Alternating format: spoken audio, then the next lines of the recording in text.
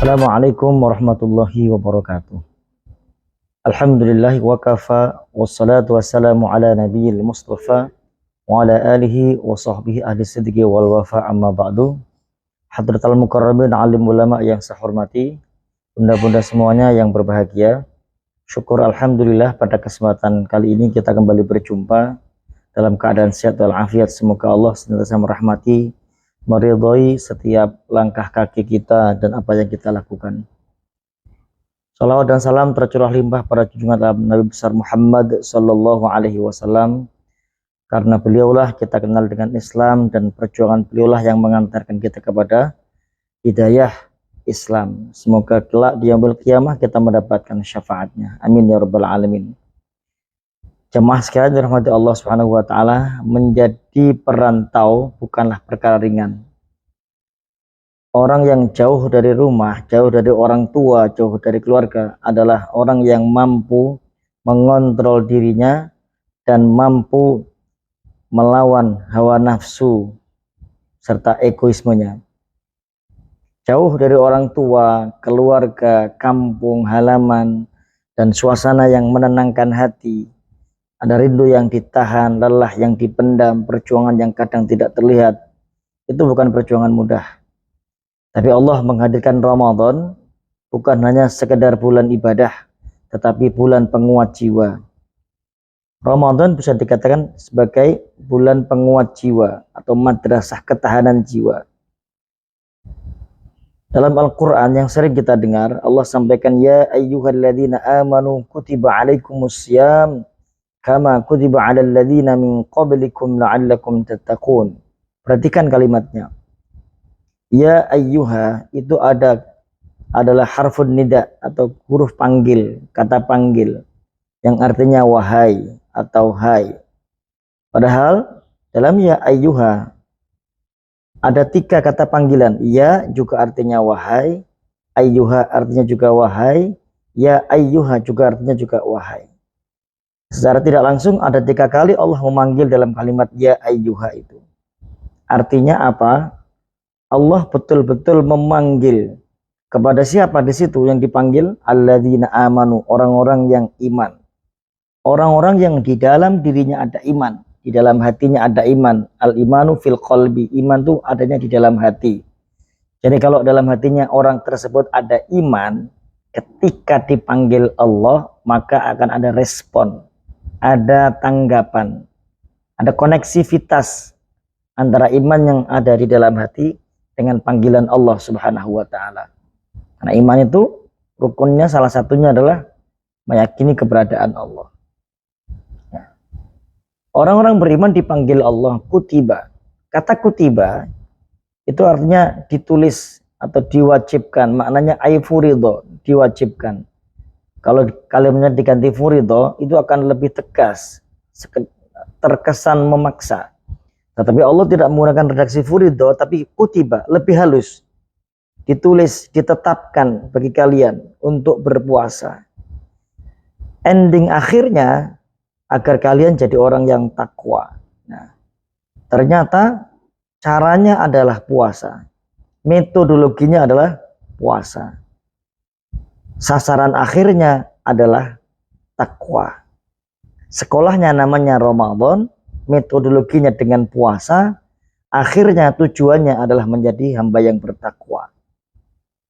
Dalam tafsir Al-Quranul Azim dijelaskan bahwa tujuan puasa adalah membentuk ketakwaan, yaitu mampu mengendalikan diri dan menahan hawa nafsu. Nah, kalau dalam konsep ini para perantau justru lebih kuat dibandingkan yang tidak pernah ngerantau. Perantau sangat butuh ini. Rindunya butuh dikendalikan. Godaan lingkungannya harus dikendalikan. Tekanan hidupnya harus dihadapi. Nah, puasa itu hadir bagi para perantau bukan cuma sekedar ibadah, tetapi madrasah jiwa, latihan ruhani, latihan jiwa untuk berkata, ya Allah, aku mampu loh. Aku mampu ya Allah, kemampuanku untuk mengendalikan ini karena Engkau. Karena Engkau telah melatihku, mendidikku dengan puasa. Sekarang gitu deh. Seakan-akan pengen mengatakan seperti itu. Nah, puasa itu melatih jiwa agar mampu mengatakan aku mampu bertahan karena Allah. Nah, gitu. Rasul pernah menyampaikan dalam sebuah hadisnya yang diriwayatkan Imam Bukhari dan Muslim bahwa asyamu junnatun. Puasa itu perisai. Puasa itu adalah benteng. Nah, dalam syarah Muslim dijelaskan bahwa perisai yang dimaksud itu adalah pelindung. Pelindung dari dosa, pelindung dari kelemahan jiwa, pelindung dari kemalasan, pelindung dari egoisme dan lain sebagainya. Nah, karena puasa adalah junnatun, perisai, pelindung, maka orang yang berhasil dalam puasa itu, maka insya Allah jiwanya, dirinya akan terlindungi dari segala hal yang tidak baik. Meskipun para perantau sering mengalami ini, sepi, tidak diperhatikan, tidak dimengerti, nah, itu sering mengalami itu.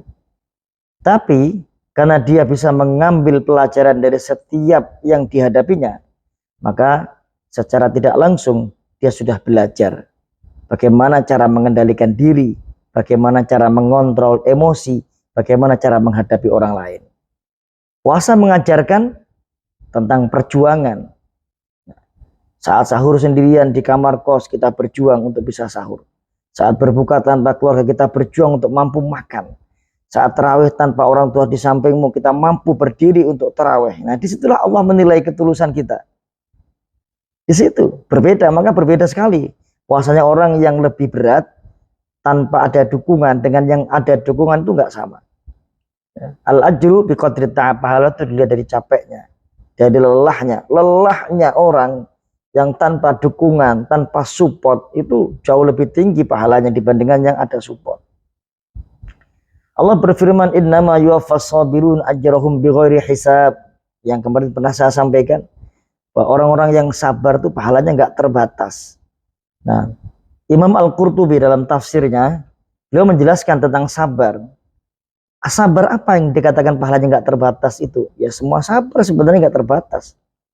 Tapi beliau menyampaikan sabar dalam ketaatan, sabar dalam menghadapi musibah dan ujian, itu akan dibalas Allah tanpa perhitungan.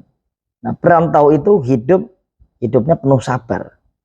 Pokoknya sabar makan seadanya, sabar bekerja dari pagi sampai malam, sabar belajar, sabar menahan rindu, ya, sabar menghadapi perlakuan orang yang tidak baik kepadanya, sabar dengan sahabat yang jealous kepadanya. Ada kan yang biasanya kalau kerja atau sahabatnya jealous juga ada, padahal nggak ngerti masalahnya apa. Ramadan datang itu bukan untuk mengajarkan, mereka sudah belajar.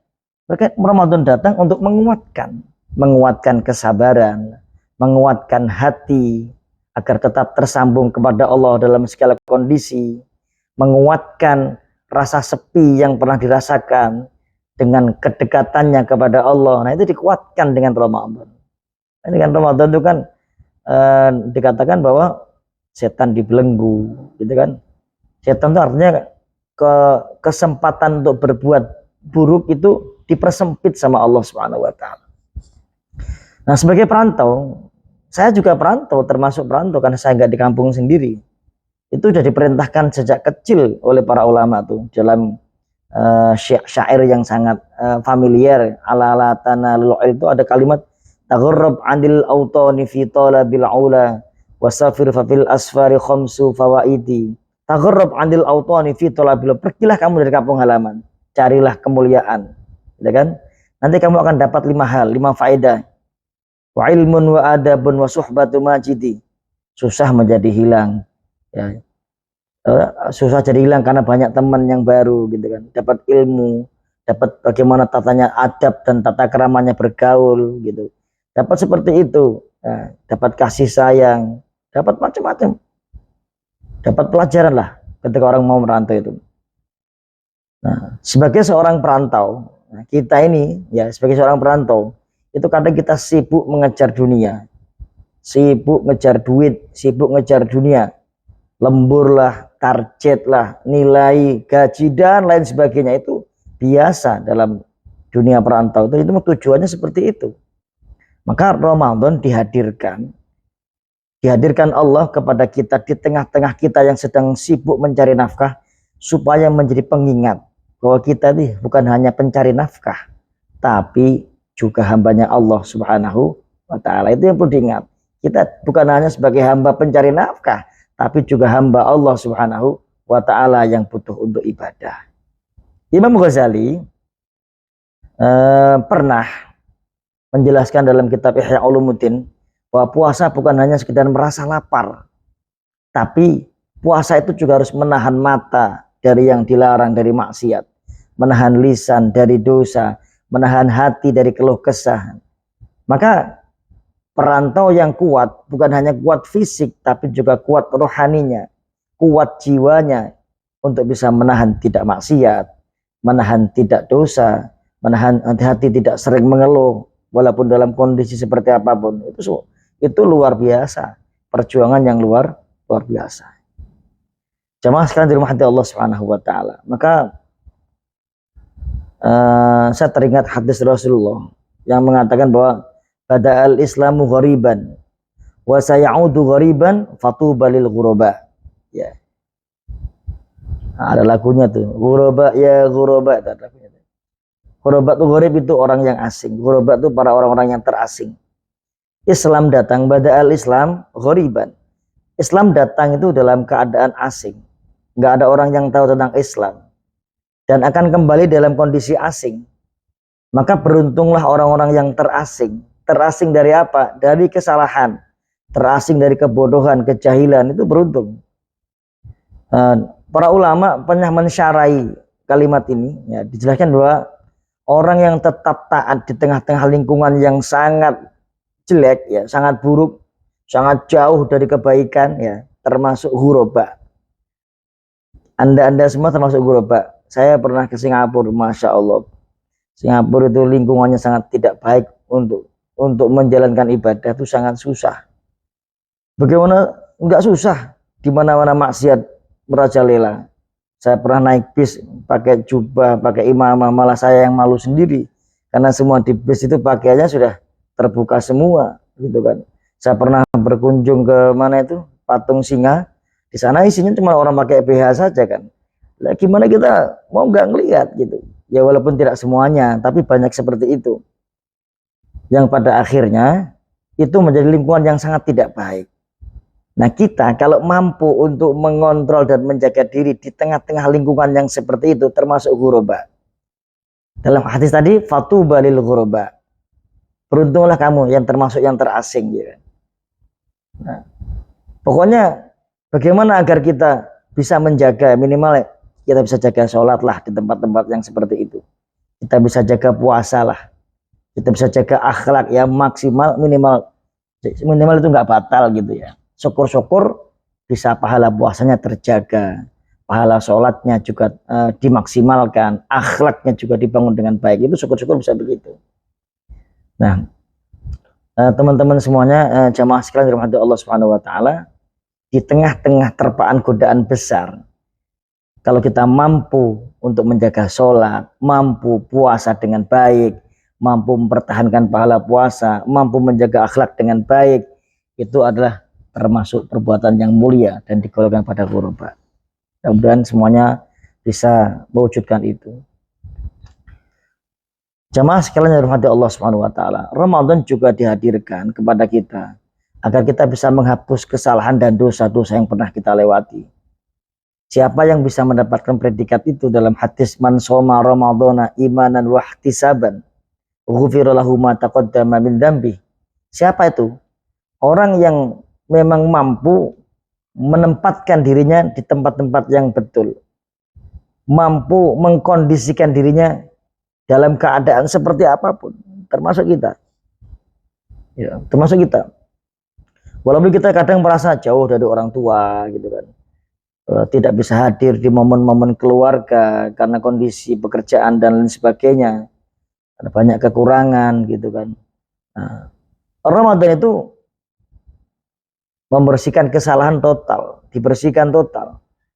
Jadi orang yang mampu iman dengan hadirnya Ramadan dan menjalankan puasa karena iman kepada Allah, karena ikhlas diperintah Allah, loh, ikhlas betul orang puasa itu. Kok nggak ada yang ngawasi? Apalagi kita jauh dari orang tua gitu kan, jauh dari orang-orang keluarga, nggak ada yang ngawasin, nggak ada yang ngawasin. Itu bisa puasa dengan maksimal, dengan baik, maka insya Allah itu termasuk dalam golongan man shoma ramadhana imanan wahtisaban ghufira lahu ma taqaddama min dzambi. Dosa-dosa kita diampuni oleh Allah Subhanahu wa taala. Jamaah sekalian yang dirahmati Allah Subhanahu wa taala, rindu bukanlah sebuah kelemahan. Sepi bukanlah sebuah kegagalan, bukan. Tetapi lelah yang kita alami ini sebagai bentuk perjuangan kita menghargai dan bersyukur kepada Allah Subhanahu wa taala atas semua yang telah diberikan pada kita. Rasa lelah itu bukan tanda Allah meninggalkan kita, bukan. Malah justru Allah memberikan kesempatan kepada kita merasakan betapa nikmatnya setelah kita lelah itu. Nah, Ramadan kali ini semoga bisa menguatkan jiwa kita, semoga bisa meneguhkan langkah kita, mengangkat derajat kita sampai kepada derajat ketakwaan, sehingga kita selesai Ramadan menjadi pribadi yang bertakwa. Demikian kalau punya, mohon maaf. Semoga bermanfaat. Assalamualaikum warahmatullahi wabarakatuh.